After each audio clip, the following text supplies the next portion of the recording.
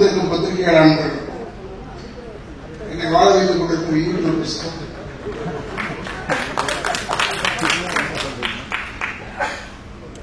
இந்த இடத்தை அளித்திருக்கும் நிர்வாகத்திற்கும் முதற்கம் வணக்கத்தை தெரிவித்துக் கொண்டு இங்கே வந்து அமர்ந்து இந்த இடத்தை பெருமைப்படுத்திய என்னுடைய அன்பு சகோதரர், பொதுவான ஒரு இயக்குனர், எனக்கு வாய்ப்பு கிடைச்சு கூட அவரோட நான் செய்ய முடியாமல் போயிடுச்சு. அது ஒரு வருத்தம் இருக்கு. அப்பேற்பட்ட என்னுடைய அன்பான பாக்கியராஜ் சார் எங்களுக்கு முன்னால் பேசிய அவங்க வந்து எம்எல்ஏ அந்த லெவல் கிடையாது. அவங்க ஒரு மினிஸ்டரா இருக்கிறதுக்கு லாயக்கானவங்க. எங்க இங்கே மாவட்டத்தில் இங்க ஆக மாட்டாங்க. இவங்க கஷ்டப்படுவோம். ஏன்னா உண்மை பேசுறவங்க இருக்கக்கூடாது. அதே போல நான் இங்க வந்தே ஆக வேண்டும் என்று சொன்னேன். எனக்கும் இந்த படத்துக்கு சம்பந்தம் கிடையாது. ஆனா சம்பந்தம் இருக்கிறது ஒன்றே இந்த தமிழ்துறையால. தமிழ்துறை வந்து என்ன, ஆனா என் படத்தில் நீங்க நடிக்கணும்னு தான் வந்தேன். வந்துட்டு நைசா கேசட் வெளியிட்டு வாங்கன்னு சொல்றேன். இப்ப இதுக்கு போலன்னா அது இருப்போமா இல்லையா? நான் அந்த இதில் தான் வந்தேன். நான் வராம இருந்திருந்தா ஒரு நல்ல விஷயத்தை நான் மிஸ் பண்ணிருக்கேன். நான் பொதுவாக இந்த கேசட் வெளியிட்டு இதுக்கெல்லாம் போறதே சேஞ்ச் ஆயிடுச்சு. ட்ரைலரு, சாங், அது இது ஏறத்தால ஒரு முக்காவாசி படத்தை பார்த்த மாதிரி ஆயிடுது. அது நம்ம ஜனங்களுக்கு அப்படியே ஒரு விஷயம். இதுல இருக்கிற சிரமம் தெரியாம தேட்டர்ல படம் பார்த்துட்டே இருப்பான். இன்டர்வியூலயே அனுப்பிடுவான் அந்த போன்ல. நல்லா இல்ல, முடிஞ்சது கதை, நம்ம கதை நல்லா இருக்கு போறோம்.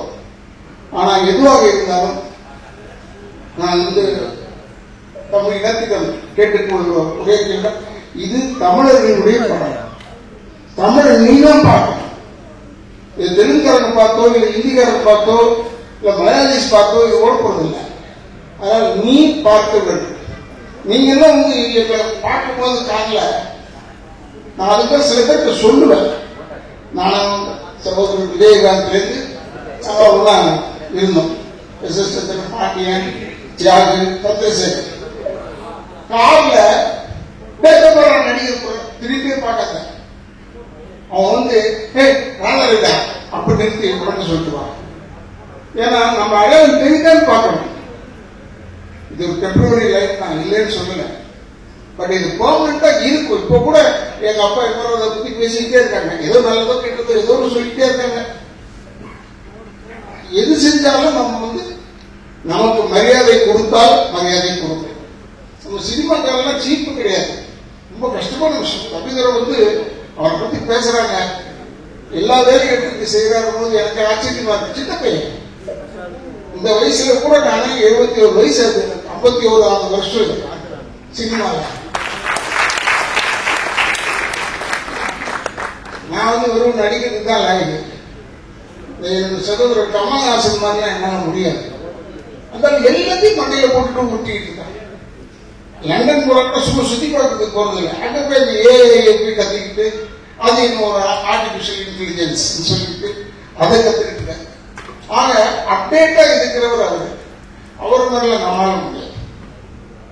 நமக்கு எவ்வளவு ஏகப்பட்ட வேலை வெளிவேலை இருக்கு. அதனால சொல்றேன். அதனால இதெல்லாம் நம்ம யோசிக்கிறதே இல்லை. வெறும் நடிப்பு, ஸ்டார்ட் கேமரா, நல்ல நடிப்போம். ஒரு பெரிய நடிகர் சொல்லியிருக்காரு என்னை பத்தி, ஒரு படத்துல போடலாம், லேட்டா வருவாரு, சாப்பாடு அது வேணும்னு கேட்பாரு, படத்துக்கு இடம்லாம் இருக்கான்னு கேட்பாருன்னு சொல்லாம அவர் ஒரே ஒரு வார்த்தை ஃபர்ஸ்ட் நல்லா நடிப்பாரு சார். அது ஒரு தொல்லை. எப்படி இருக்கு பாரு இப்ப சினிமா, நல்லா நடிச்சா ஒரு தொல்லை ஆயிடுது. ஆனால் இதையெல்லாம் மீறி இந்த ட்ரைலர் பார்க்கும்போது மிரண்டு போய் பார்த்துட்டு இருக்கேன். எனக்கு உள்ளுக்குள்ள ஒரு வருத்தம்.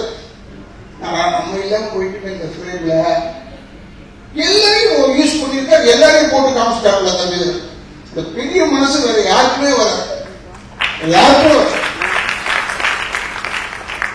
நானே சில டைம்ல நம்ம நடிச்சிருக்கும் ஒரு நல்ல வார்த்தையை மனசுக்குள்ள வச்சு போடவே இல்லையே, போட்டோ நம்ம போட்டோவே போடலையே யோசிச்சிருக்காங்க. மனிதனுக்கு உண்டுதான், கஷ்டப்பட்டோம் வரலையே. ஆனா இங்க பங்குதற்கு அந்த வேலையே இல்லை. நான் பார்த்ததுல சந்தோஷப்பட்டேன். எல்லாரையும் போட்டாச்சு. போனவன் வந்தவன் போண்டவன் கடிக்கு விழுந்தவன் உட்கார்ந்தவன் எல்லாரும் போட்டோவே போட்டாங்க. எல்லாரையும் கூப்பிட்டு வேலையில உட்காந்து 24 கிராஃப்ட் உட்கார வைக்கிறது ஒரு பெரிய விஷயம். நான் உண்மையை பாராட்டேன். அப்புறம் நாங்கள் மியூசிக் டைரக்டர் பார்க்குறோம், இவங்க பார்க்குறோம், எடிட்டர்ஸ் பார்த்தேன், எல்லாரையும் பார்த்தேன். அப்புறம் டிஸ்ட்ரிபியூட்டர்ல இருந்து புதுசா பார்க்கறேன். என்ன பாருங்க, அவர் சொல்றாரு, நான் சினிமாவில் தான் வளர்த்துட்டு இருந்தேன், நான் எப்படி வரணும்னு நினைச்சேன் சொல்றாரு. நீ இப்ப வந்துட்டு இல்லை, நீ ஏன் வந்துடுறது, இன்னும் பெருசா வருவ, பெருசா ஆகவே முடியாது. உழைப்பு வேண்டும், டெடிகேஷன் தான். நான் வந்து ரொம்ப வெள்ள காத்து கடக்குள்ள யானை போட மாதிரி நான் சில சில சில சில சில சில சில ஒரு சத்தம் வரும். ஆனா கேமரா முன்னாடி போய் உட்காரணும், வைக்கணும்னா சீரியஸ் ஆகிடும். கில்லு டிஸ்டிங்ட் வரும். எதிராளியை விடக்கூடாது, நம்ம பேர் வாங்கணும் அப்படின்னு தான் செய்யணும். செஞ்சாலும் ஏதோ ஓரளவுக்கு தான் செய்யலாம்.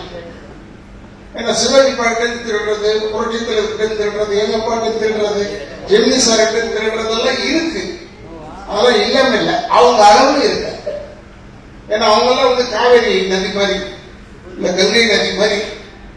நமக்கு வசதி இருக்கா மக்களை கூட எடுத்துக்க வேண்டியதான் தண்ணியா, நமக்கு வசதி இருக்கா பக்கெட்ல வச்சு தண்ணியை எடுத்துக்க. ஆனா எங்க அப்பா சொல்ல ஒரு நல்ல வேத வாக்கு, அதை மட்டும் மனசுல வச்சிருக்கேன். என்ன சொல்லுவாரு, தூங்கும் போது கூட காலை ஆட்டிக்கிட்டே தூங்கணும்டா, இல்லைன்னா சிட்டி மேல விட்டுட்டு போயிடுவோம், செத்து போயிட்டு வேற போட்டு போயிடுவோம். அதை நான் பார்த்தேன். இந்த 1.5 வருஷத்துல 1.5 வருஷம் எனக்கு இந்த கால் ஆபரேஷன் நான் பண்ண பின்னாடி அது பேக் போன் பிரச்சனை வந்துருச்சு, எனக்கு உடஞ்சிருச்சு. அப்போ ஒரு 1.5 வருஷம் இப்பதான் வந்து சினிமாவில் நடிக்க ஆரம்பிச்சேன். இதை ஏழுறாங்க, உடம்பு சரியில்லைன்றத போடுறான், உடம்பு நல்லா ஆயிடுச்சுன்றத போட வேணாமா, ஏன் அதை மட்டும் போட மாட்டேன். அவர் நல்லா இருக்கார், நல்லா நடக்க போனேன், அந்த கிரச்சஸ் வச்சுட்டு போனேன். அது போய் 2 வருஷம் ஆச்சு. 2 வருஷம் கதையை இப்ப போடுறாங்க. இது ஒண்ணும் இதை இப்ப போய் ரொம்ப பேர் துக்கம் விசாரிக்கிறாங்க. ஆனா இப்ப நல்லா இருக்கீங்களா, நல்லா இருக்கேன் இல்லையா, இல்ல கிரச்சஸ் வச்சுட்டா. அது எது 2 வருஷம் ஆச்சு, கிரச்சஸே வளர்ந்துருச்சு, அந்த அளவுக்கு ஆயிடுச்சு. 2 வருஷம் ஆயிடுச்சு. நான் ஏன் உங்களை சொல்றேன், நிறைய நானா வந்து சாவர வரைக்கும் நடிக்கணும், எனக்கு அதான் ஒரே ஆசை. டைரக்டர் ஆகணும், அதனால முடியாது. என்ன கேட்டேன், ஏன் நீங்க டைரக்ட் பண்ணல, நான் டைரக்ட் பண்ணலாம். பாக்கியராஜ் சார்லாம் வந்து ஆச்சரியப்படுறேன், டைரக்ட் பண்ணுவேன், பட் இருந்தாலும் ஏதோ கொலை பண்ணிடுவோம்னு பயப்படுறேன். ஏன்னா எனக்கு இருக்கிற கோபம் சரியா நடிக்கலன்னா அவங்க மாதிரி 1 முறைலாம் கேட்க மாட்டேன். இவனை முடிச்சுட்டு கதையை முடிச்சுட்டு வேற ஒரு ஆளை போடுறான்னு சொல்லி. இப்ப பாருங்க, நாளைக்கு டைட்டில் பாருங்க, இந்த மீட்டிங் டைட்டில் வரும், கொலை செய்கிறேன்.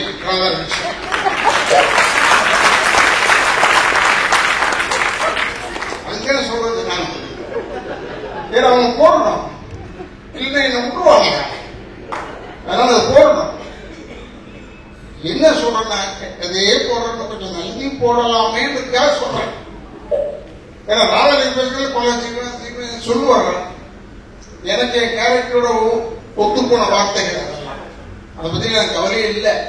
இருந்தாலும் ஒண்ணு சொல்ற, உண்மையை பேசுவதற்கு பயப்பட வேணும். ஒண்ணும் இதுக்காக நீங்க பாருங்க, அவங்க ஏன் எனக்கு பிடிச்சதுன்னா, அவங்க கான்செப்ட், அவங்களுடைய வேல்யூ என்னன்னு எனக்கு தெரியும். நான் பார்த்துருக்கேன், அவங்களுடைய இடத்துலயே பார்த்துருக்கேன். மார்த்தாண்ட வரைக்கும் வந்தவங்க போனாங்க, பார்த்துருக்கேன். ஆனா இப்ப சொன்னேன், ஏன் நான் ரொம்ப பிடிச்சதுன்னா, தைரியமா சொன்னீங்க, இது வேண்டும் என்று சொல்லிதான் வந்தேன். யாருக்கும் தைரியம் இல்லை. கூட கொள்கையை பார்த்து வந்தேன், அதை பார்த்து மூடி பார்த்து வந்தேன். பிள்ளைங்க ஸ்ட்ரெயிட்டா சொன்னாங்க, இதற்காகத்தான் வந்தேன். அப்படி சொல்றதுக்கு ஒரு ஆள் வேணும். அரசியலே நம்ம முதல்ல அது இருக்குதான் நினைக்கிறேன். அப்பதான் சொன்னேன், உண்மையை பேசுவதற்கு இனிமே பயம், பொய்யை பேசுவதற்கு தான் பயம். இந்த ஞாபக சக்தி இருக்க, அது யாருக்கு அதிகமா இருக்குன்னா பொய்யை சொல்றவங்களுக்கு தான் ஞாபகம் இருக்கணும். என்னமோ சொன்னேன், அந்த வேலையே கிடையாது பொய் சொல்றவனுக்கு. பேசுறதுனால நமக்கெல்லாம் ஞாபக சக்தி தேவையில்லை. ஏன்னா எப்படி இருந்தாலும் உண்மைகள் நிலைத்து நிற்கும். அதுக்காச்சும் இந்த படம் பார்த்த உடனே ட்ரோமான்னு போட்டு நிச்சயமா சொல்ற தமிழ்நாட்டு மக்களை ட்ரோமால விடாது. இந்த படம் ட்ரோமால விடாது. எல்லாரும் ஹெல்த்தியா நல்ல படம் வந்ததுன்னு சொல்லிட்டு சந்தோஷமா போயிட்டு வரலாம், தப்பு கிடையாது. இப்ப கூட ஒரு இயக்குனர் கேட்டார், என் பக்கத்துல பார்த்து இயக்குனர் கேட்டார், சார் உங்களுக்கு இப்ப எந்த படம் பார்க்கணும்னு ஆசையா இருக்கு சார்? எனக்கு ஆசையெல்லாம் கிடையாது சார், வாய்ப்பு தான் போய் பார்த்துக்கணும். ஆனா எனக்கு பார்க்கணும் சில படம் இருக்குது இல்லைன்னு சொல்ல. ஏன்னா நம்ம பத்திரிகைக்காரு ஒரு 10 நாளைக்கு முன்னாடி கேட்டாரு, சார் உங்களுடைய எய்ம் என்ன சார்? அதாங்க எனக்கு தெரியல, சுத்தி சுத்தி தேடிக்கிட்டே இருக்கேன். என்ன எய்ம் லைஃப்ல? சினிமாக்காரன் ஆயிட்டேன், எனக்கு எய்ம் கிடையாது. இதோட பெரிய நடிகனா வரணும்னு ஆசையா? அது கிடையாது. ஏன்னா ஒரு பெரிய நடிகனுக்கு மகனாக பிறந்த நிம்மதியா இருக்கும், அது தப்பு இல்லை. இப்ப சொல்லும் போது கூட அவரு 7 பொம்பளை வச்சிருந்தாரு, அவர் வச்சிருக்காரு உனக்கே, அவர் வச்சிருக்கிற வசதியை வச்சுக்கிட்டாரு, எல்லாரும் வச்சுக்கிட்டு அவர் ஆம்பளை அடப்பதை பண்றேன் விடுறா என்ன கூட நான் அப்படி இருக்கணும். இல்ல இல்ல நான் போயிட்டா இருக்கேன், விட்டுரு விடமாட்டேன். 10 நாளைக்கு முன்னாடி நடந்தது நிகழ்ச்சி. ஏன்னா சிலவற்றுக்கு பதில் சொல்ல வேண்டும், சிலவற்றுக்கு பதில் சொல்ல தேவையில்லை. சிரிச்சுட்டே போயிட்டே இருக்கலாம். அது தப்பா எழுதுவாங்க. அவர் நாங்க கேட்டோம் பதிலே சொல்லவில்லை, அது எழுதி போட்டு தப்பு இல்லை. ஏன்னா அவங்களுக்கு ஓடணுமே செய்தி, நிறைய வேணும் செய்தி வேணும். பாருங்க அந்த பேப்பரை பருக்குனா, நான் 2 பத்திரிகை தான் வாங்குறேன், பேர் சொல்லல. பட் பேப்பரை பருக்குனா வெறும் கொலை கொலை கொலை கொலை கொலை கொள்ளை பொண்டாட்டி தலையை வைக்கிறது, எவ்வளவு நல்ல நல்ல விஷயங்கள் வருது தெரியுமா? பரவாயில்ல, பொண்டாட்டி தலையை வெட்டுற அளவுக்கு வீரனா இருக்கானே. பொண்டாட்டி எதுக்கு போய் நிக்கிறதுக்கே யோசிப்பான், தலையை வெட்டிருக்கானே. கேட்டா மது ஏதோ போட்டுட்டு கொண்டுட்டான். எவ்வளவு கொலை! இந்தியாவது அந்த பத்திரிகையில 2-3 கொலை தான் வரும். இப்போ பத்திரிகை ஃபுல்லா கொலை, அதுல நடுவில் நம்ம செய்தி 2-3 வருது. எது சொல்றேன்னா, தயவுசெய்து டோன்ட் என்கரேஜ், இதெல்லாம் என்கரேஜ் பண்ணாதீங்க. இந்த படத்தை பாருங்க, பெருசா எழுதுங்க. நீங்க பெருசா எழுதணும்னு சொல்றேன். ஆனா நீங்க எடுத்த உடனே அவர் எழுதியிருக்காரு, இருந்தாலும் கதை வந்து வளவளோடு போகிறது. எதுக்கு இது வளவளன்னு போனாங்கன்னா வளவளன்னு போனாங்க? நான் எடுத்தது அவ்வளவுதான், முடிஞ்சா பாரு, இல்லைன்னா போயிட்டு நான் சொன்ன கதை நான் எப்ப சொல்லுவேன். ராமரவி நல்லா ஆக்ட் பண்ணல சார், நல்லா ஆக்ட் பண்ணல, நான் நடிச்சிட்டேன் இல்ல, படம் ரிலீஸ் ஆயிடுச்சு இல்ல, விட்டுட்டு போ, என்ன பார்க்காத அடுத்தது பாரு. எதுக்கு சொல்றேன்னா, இப்பதான் ஒரே கம்பெனி ஒரே காம்பவுண்ட்ல 7-8 தேட்டர் வர ஆரம்பிச்சிருச்சு. இருக்கிற தேட்டர் பூரா இடிச்சிட்டேன், அதெல்லாம் போயிடுச்சு. நல்ல நல்ல தேட்டர்ஸ் அதுக்கு போயிடுச்சு. நான் தெரியாதனமா கேட்டேன், வெல்லிங்டன் இருக்கான்னு கேட்டேன். ஏன்னா வெல்லிங்டன்ல ஒரு சின்ன கதை இருக்கு, அதுக்காக கேட்டேன். இல்லைன்னா அதெல்லாம் எப்பயோ இடிச்சிட்டாங்க. நம்ம எந்த உலகத்துல இருக்கிறோம்? வெல்லிங்டன் இடிச்சிட்டாங்க, எல்லாத்தையும் இடிச்சிட்டாங்க. ஆக உங்களுக்கு சொல்றேன், தயவுசெய்து இப்ப சினிமா எடுக்கிறது தான் சேலஞ்ச். ஏன்னா சினிமா எடுக்கிறது ரொம்ப சுலபம், நடிக்கிறது ரொம்ப ஈஸி, எல்லாம் ஈஸி. ரிலீஸ் பண்றது தாலியா இருக்கும், ரிலீஸ் பண்றது மட்டும்தான் கஷ்டம். அந்த ரிலீஸ் பண்றது ஈஸியா இருக்கணும், பட் அது மட்டும்தான் கஷ்டம். ஏன்னா டெடிகேஷன் வேணும் சினிமாவில் நடிக்கிறதுக்கு சொன்னேன். ஆனா இப்ப ரிலீஸ் பண்றதுக்கு டெடிகேஷன் வேணும். You must be dedicated. இந்த தேட்டர்ல இருந்து எப்ப இந்த படத்தை எடுப்பான், நம்ம படுத்தக்கூடாது. இப்படியேதான் அந்த பேப்பரை பார்க்கணும். கரெக்டா 3 நாளைக்கு ஒரு படம். நான் ஒரு படம் நடிச்சேன், பேர் சொல்லக்கூடாது, நீங்க எழுதிச்சிங்க. பிரமாதம் போதுங்க நம்ம படம், வெற்றிகரமான 3வது நாள் சொல்றோம். 25வது நாள், 50வது நாள், 100வது நாள்ல போய் வெற்றிகரமான 3வது நாள், 3வது நாள்ல வெற்றி தானே அப்படின்னு ஆயிடுச்சு. அது ஒரு விதத்துல நல்லதுதான். நமக்கு வந்து 10 இல்லாம 3வது நாளை பார்த்துக்கணும்னு முடிச்சுக்கலாம். சக்சஸ் ஆயிடுச்சு படம், எல்லாரும் பார்த்துட்டாங்க.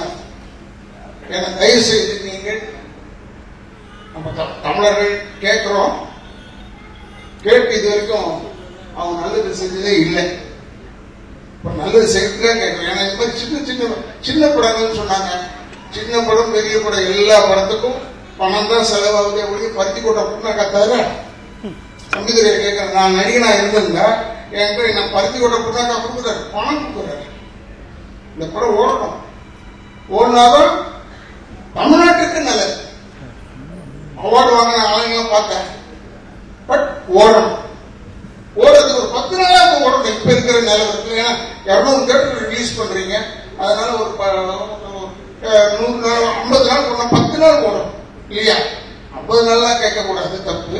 10 நாள் அது ஓடணும் என்று சொல்லி மெசேஜ் நீங்க பத்திரிகைக்காரங்க. எனக்கு இந்த குடும்பம் என் குடும்பம் தான், என் சினிமாக்கார குடும்பம் தானே. அதனால எங்க குடும்பம் வாழ நீங்களும் உதவி பண்ண.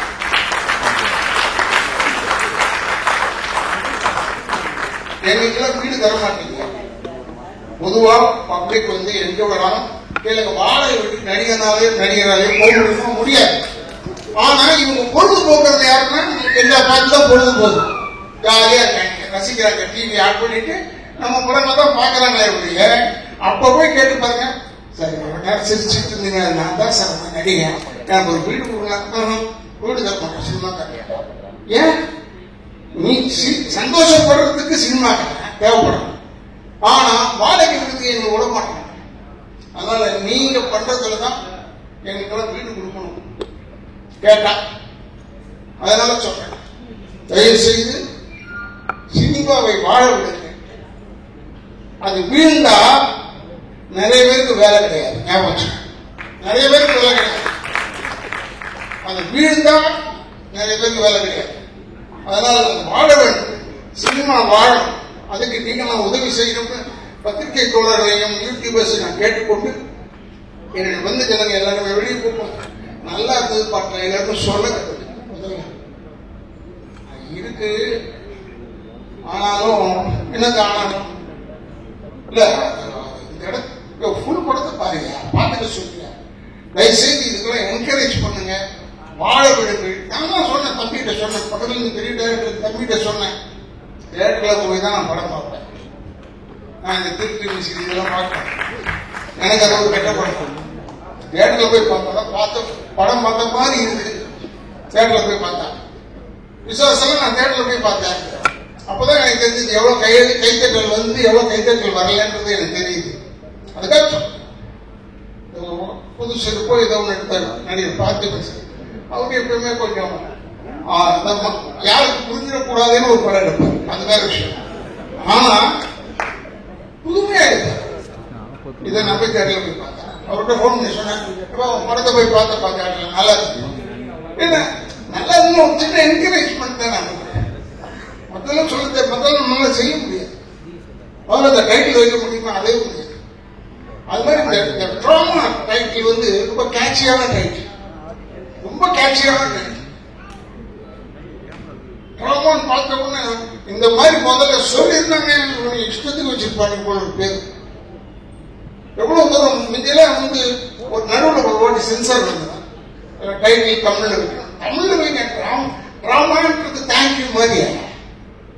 இப்ப தேங்க்யூ சொல்றோம், இல்ல அது தமிழ்ல சொல்லுங்க நன்றின்னா அது வரவே வராது. நன்றி தேங்க்யூ தான் ஈஸியா வரும், இந்த ட்ராமா ஈஸியா வரும். இந்த படம் ஓடணும். இளைஞர்கள் அவங்க எல்லாருமே கஷ்டப்பட்டவங்க, கஷ்டப்பட்டு உழைச்சுதான் வந்திருக்காங்க. யாரும் தூங்கிட்டு வீட்டுல தூங்கி தண்ணி எழுப்பிவா பண்ணிட்டு சொல்லல. ரொம்ப கஷ்டத்துல வந்திருக்காங்க. கஷ்டம் இந்த கஷ்டம் பல கஷ்டத்தை சொல்லல. அதனால அந்த சிரமப்பட்டு வந்தவர்களுக்கு நீங்கள் சிரமம் பார்க்காமல் இந்த படத்தை அவங்க வாழ இருப்பதற்காக நீங்கள் வாழ்ந்து காட்டுங்க. அவ்வளவுதான் சொல்றேன். நீங்கள் எல்லாரும் ஹெல்ப் பண்ணணும் என்று சொல்லி தயவுசெய்து உங்கள் பாதங்களை பற்றி வணங்கி கேட்டு என்னுடைய குடும்பத்தின் சார்பாக இயக்கங்கள் சார்பாக நன்றியை கூறி விடைபெறுகிறேன்.